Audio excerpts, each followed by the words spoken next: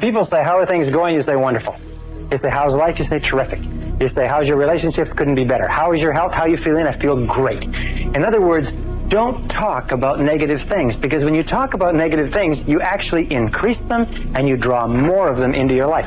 Look at the people that you know who have problems. You notice the people that you know have problems all the time, never seem to solve their problems?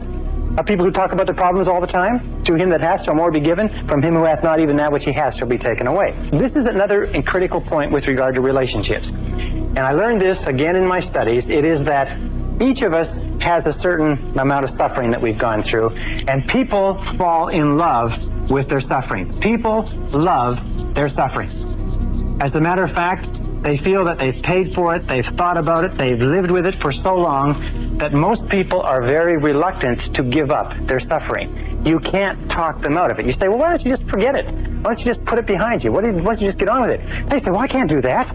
Do you know how much I've suffered? Do you know how much emotional investment I've put into this relationship, this job, this career? When people say, how are things going? You say, wonderful.